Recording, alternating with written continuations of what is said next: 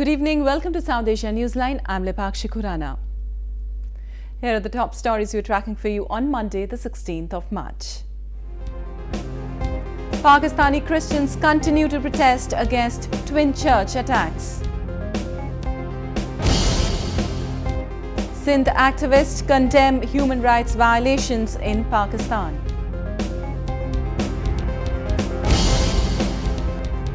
And India expresses concern over jail sentence of former Maldivian President.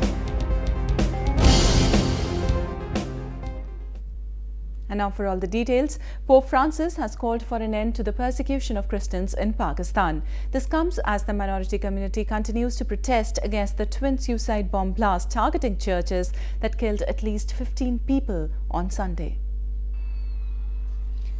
Pope Francis condemned the terror attack on the two churches in eastern Pakistan and called for an immediate end to the years of religious harassment the minority community has been experiencing in Pakistan.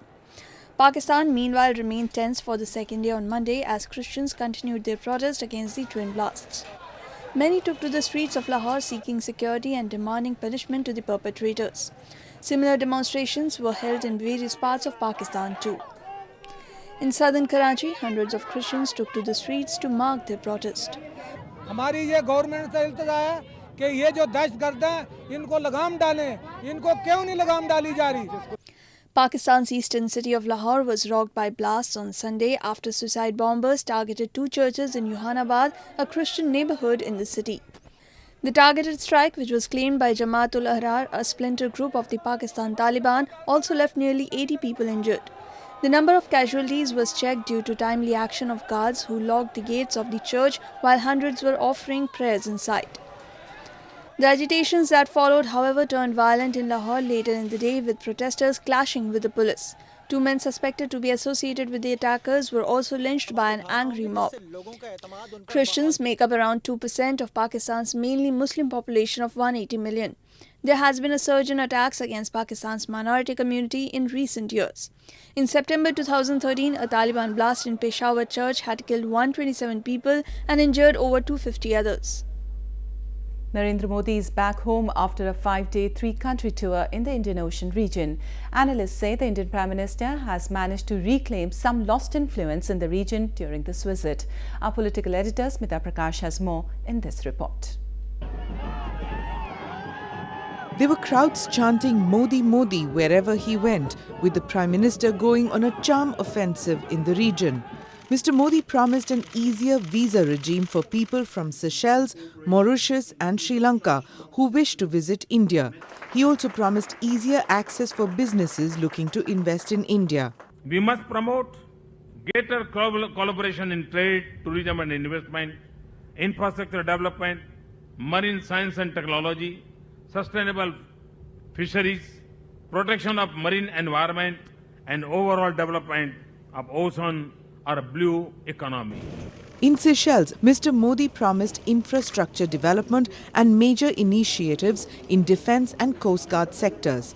In Mauritius, India will upgrade air and sea links in the Agalega Island, which will enhance the country's anti-piracy operations and also be a listening post for the Indian military. 90% of India's trade and oil traverses through these sea routes, and keeping them under surveillance is a priority. For India to step back and not do anything in the face of China's aggressive diplomacy in the region was sending a very negative signal. And I think this whole new Indian Ocean Rim strategy, which is now being evolved, tends to put things back in a certain order the way we would like it. In Sri Lanka, Modi visited civil war-torn Jaffna in the north, where the majority population are Tamils.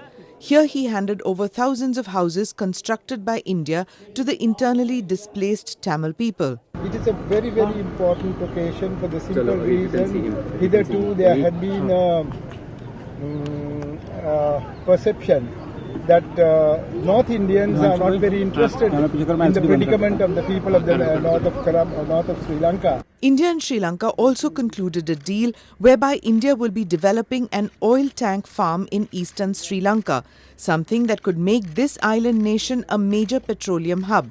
India literally distributed frigates, coastal radars, military aircraft and residential houses, military and humanitarian assistance going side by side.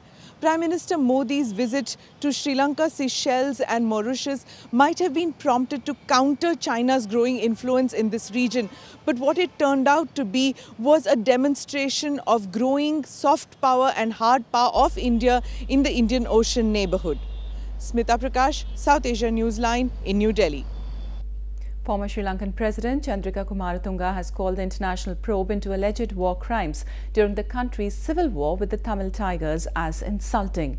She also said that entire Sri Lanka is united against the international investigation as it believes the country is capable of conducting a domestic probe.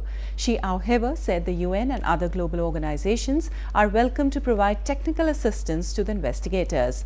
Kumaratunga's remarks comes days after President Maithripala Sirisena announced the launch of a fresh probe. Sri Lanka has been facing a UN-monitored investigation since March 2014 after the previously appointed commission failed to bring out a credible report. According to rights groups, up to 40,000 Tamil civilians were killed by the army in the final phase of the civil war in 2009.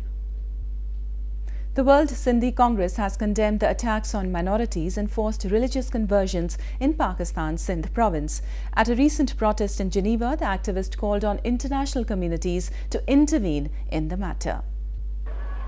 The World Sindhi Congress gathered outside the United Nations office in Geneva demanding the Pakistan government to stop enforced disappearances and torture of youth.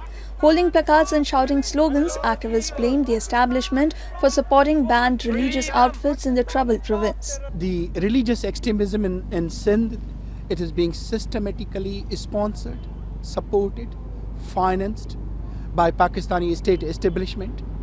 They are supporting the religious outfits which are banned by international community, which are banned by United Nations, but they are freely moving and working, opening madrasas in Sindh. They are coercing, they are pressurizing, they are forcing the indigenous Sindhi people to leave their motherland. Protesters also claimed that Sunni-dominated Pakistan regularly inflicts violence against minority communities to create a situation of harassment, mainly for Hindus, forcing them to migrate.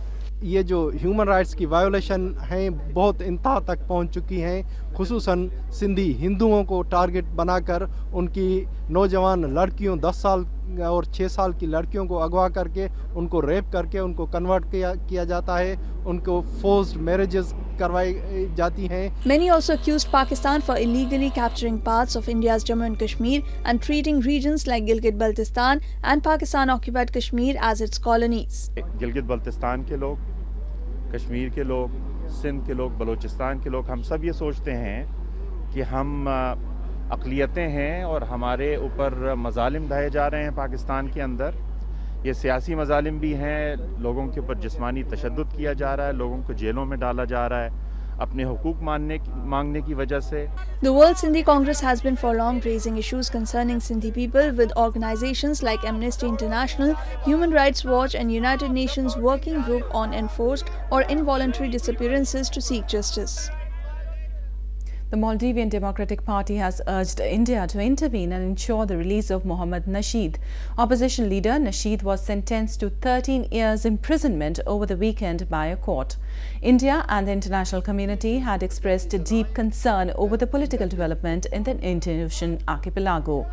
Prime Minister Narendra Modi had recently called off his Maldives visit due to the prevailing political situation. Nasheed, the first democratically elected president of Maldives, was taken into custody on February 22 for allegedly ordering the arrest of a senior judge in 2008 while he was in office. The Gona-Jagoran Manch, a People's Resurgence platform of Bangladesh, has called for speedy trial of war crimes accused in the country.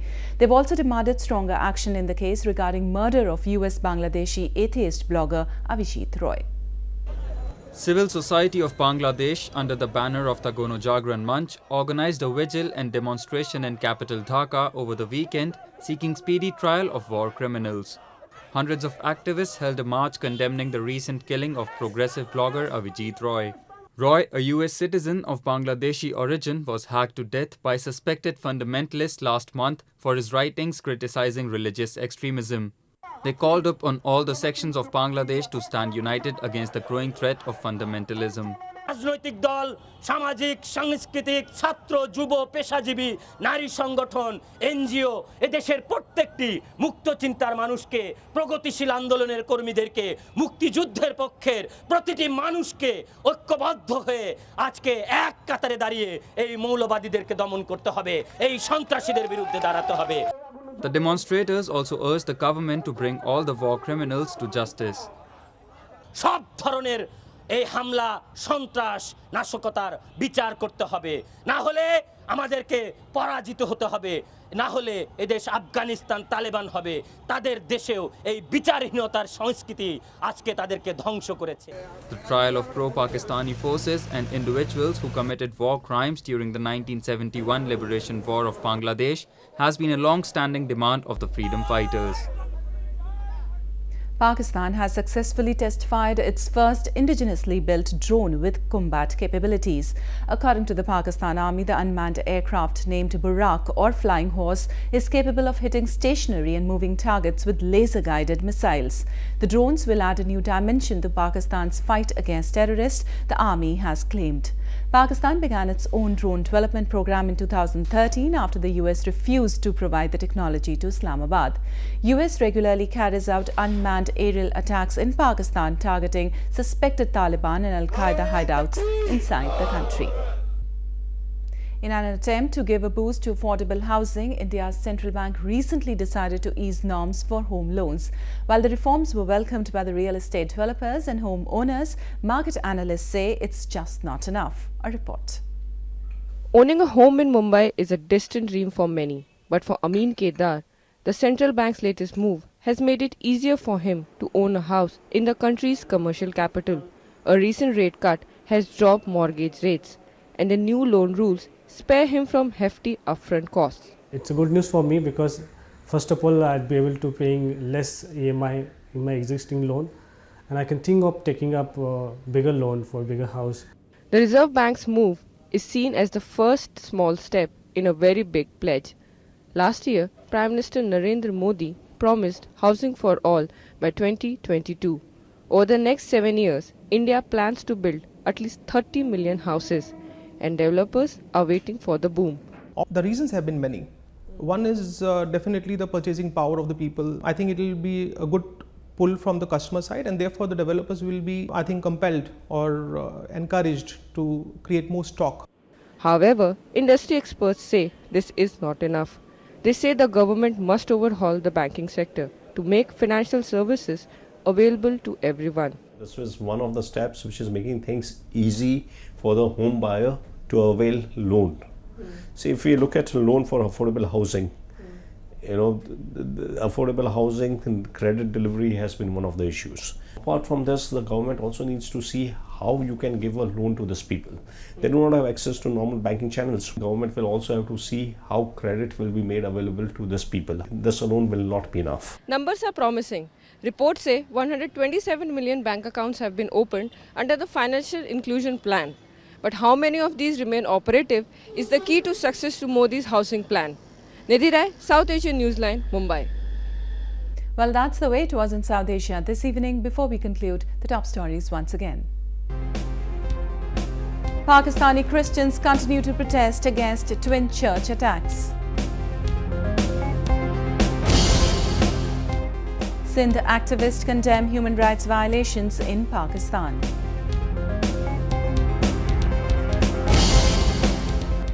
And India expresses concern over jail sentence of former Maldivian President.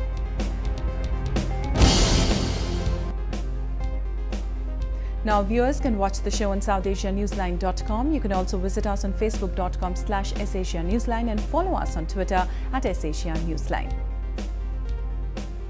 That's all in tonight's edition. We'll see you same time tomorrow. Good night.